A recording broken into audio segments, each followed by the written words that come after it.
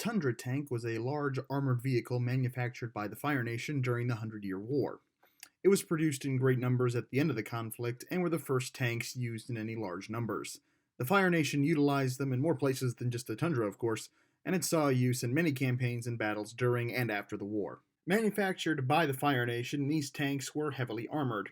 They could be equipped with two different sets of running gear, cleated wheels for use on icy terrain, and more conventional tracked wheels for use in other areas. They were powered by steam engines, which were very efficient and durable, and since the crew could be made up of firebenders, fuel was much less of a concern. Like the ATTEs of Star Wars, they could climb up sheer cliffs. The tank also featured a unique rotating cabin, which meant that the tank could easily right itself if it was flipped over, a useful feature when battling earthbenders or airbenders. The tank also featured an escape hatch used when the crew experienced the significant emotional event known as, "Oh my god, the tank is on fire," although this was probably a lot less significant to firebenders. The original version of the tank was an infantry support vehicle, which was handy as none of the Fire Nation's opponents had the ability to produce a suitable counter to the Tundra tank. And as a result, the main weapon of a firebender's fireballs and fire streams, which were discharged out of one of the four hatches on the central cupola of the vehicle, were perfectly sufficient. They weren't particularly effective against later Earth Kingdom tanks, however, at least so far in destroying them, though they were fully capable of disabling enemy tanks.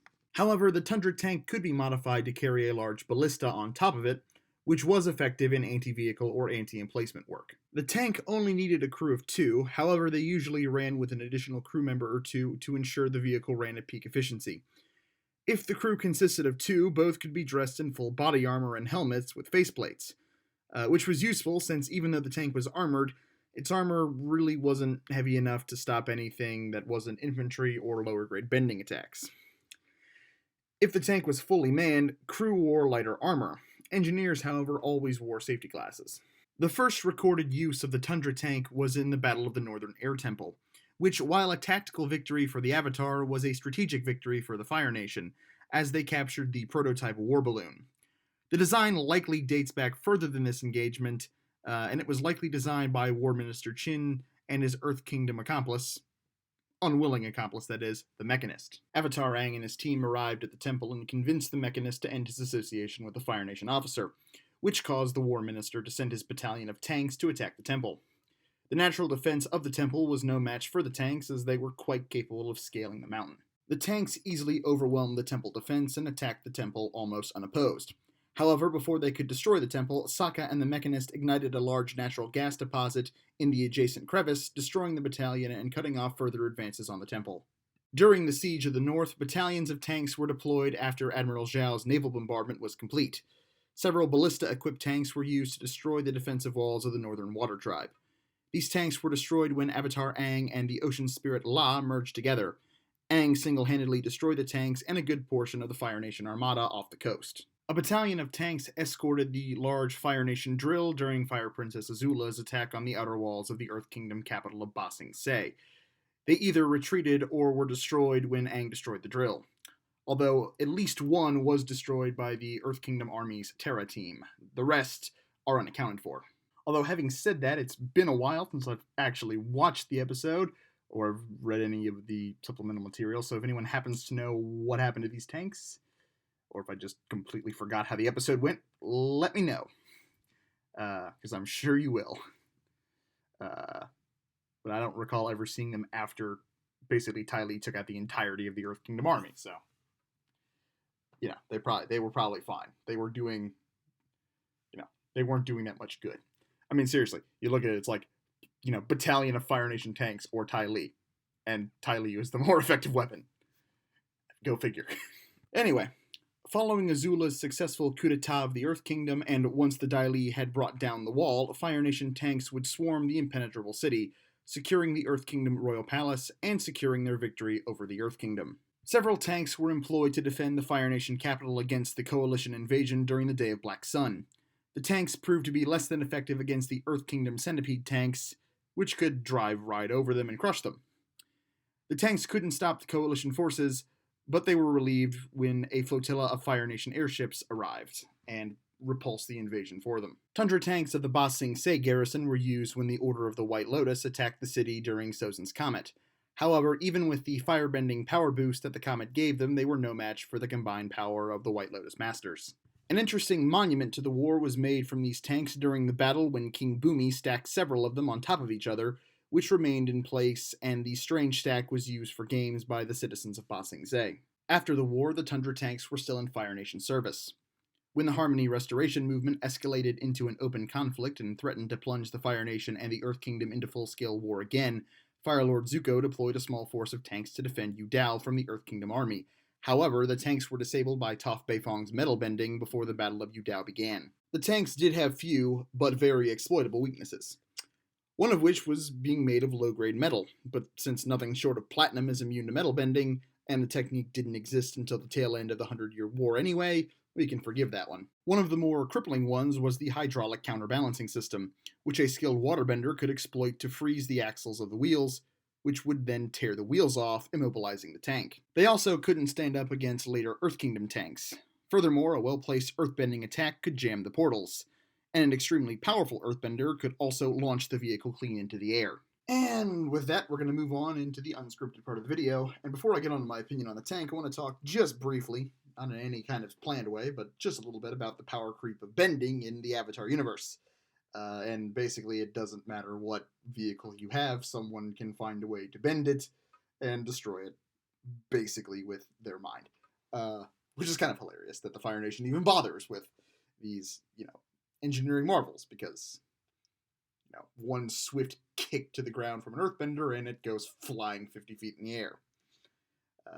But, that's just the nature of it, I guess. And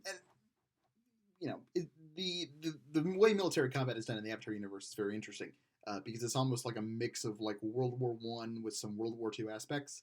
You start to see mechanization showing up, but it's only in the Fire Nation, so it's kind of like, it's like World War I levels of tech, but with World War II levels of tactics. The Fire Nation basically being Nazi Germany with their Blitzkrieg, and to be honest, the Tundra tank is kind of like the Panzer II.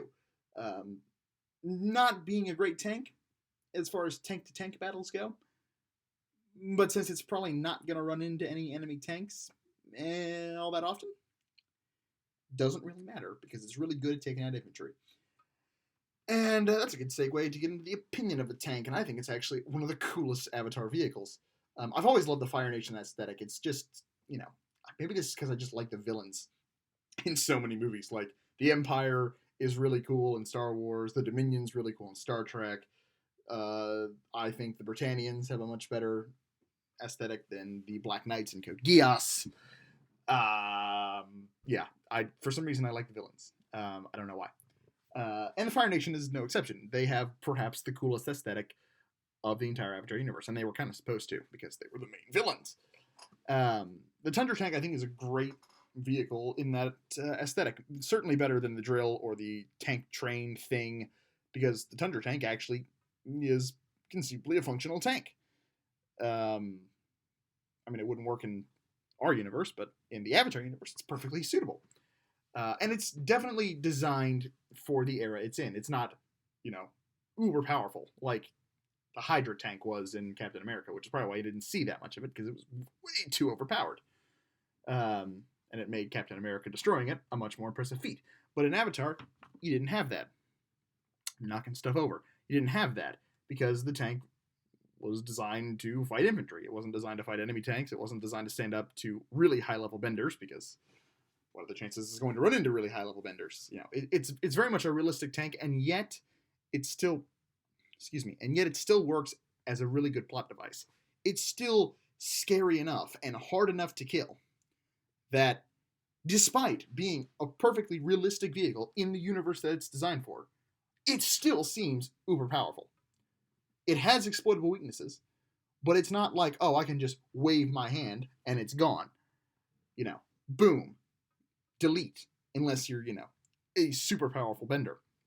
I can only think of like one or two benders who actually do take out Fire Nation tanks single-handedly. Now, of course, if you have multiple benders, it's a different story. The Terror team, of course, took out one Senate flying it in the air like a ragdoll. But they were multiple earthbenders. And I can only think of like 2 or 3 people who ever sent Fire Nation tanks flying 50 feet in the air single-handedly. Those being Boomy, in that hilarious scene from Sozin's Comet, which was brilliant. Katara, who can disable them with waterbending, and again, there are other waterbending attacks that do it, but they're multiple bending attacks.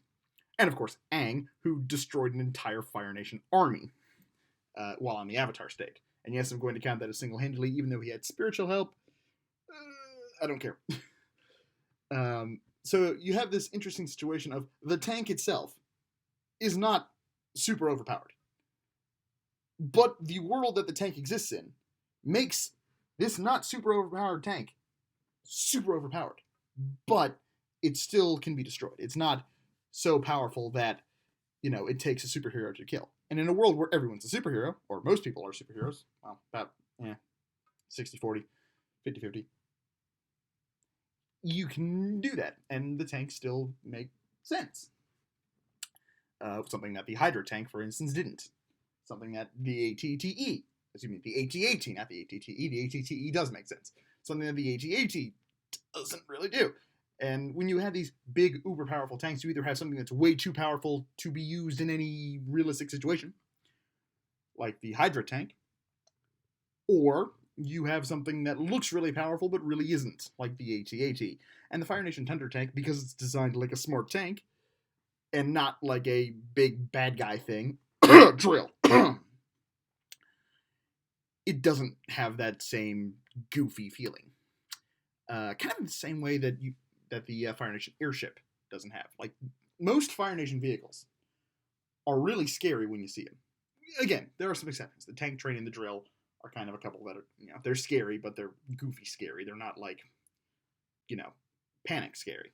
So you've got this interesting dynamic situation where you've got a tank that's really overpowered, but also isn't. And I love that. It's hard to explain. But if you've watched Avatar, you probably know what I'm on about. One tank isn't that big a deal. When you see them in packs, it's like, uh-oh, got a problem. So that's the interesting way that the Tundra tank is used. And it's a really cool looking vehicle. And it's a really functional vehicle. That's the other thing, is that most of the time when you see fantasy tanks, they don't make a whole lot of sense. I mean, all the Star Wars walkers, for instance. Why would you do a walker? There's only like one or two tanks in Star Wars that make any sense at all. And that's like the AAT and, the AAT, the Imperial tracked version of the, I forget the tracked tank that everyone thought was a hover tank, but then wasn't, but then was, because there were two versions of it. That thing, the Rogue One version. And, there's a couple of others that are tracked vehicles that actually make sense. But the AAT is a good example. It's one of the few tanks in Star Wars that makes sense. Or the other thing, Evangelion. All the, or any mech show. Same thing. All the mech shows. It's like, okay, but, how does it make sense? And I love mech shows, and even Avatar later, Legend of Korra does the mech thing, and it's like, that's great, but it doesn't make a whole lot of sense from an actual military standpoint. Because as soon as you invent a mech, everything else is obsolete.